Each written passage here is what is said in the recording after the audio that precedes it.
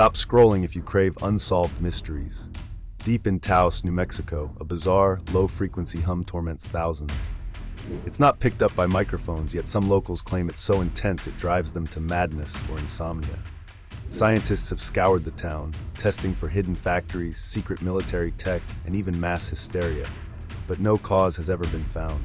Is it a natural phenomenon, government experiment, or something stranger?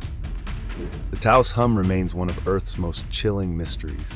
Can you hear it, or is it all in your mind?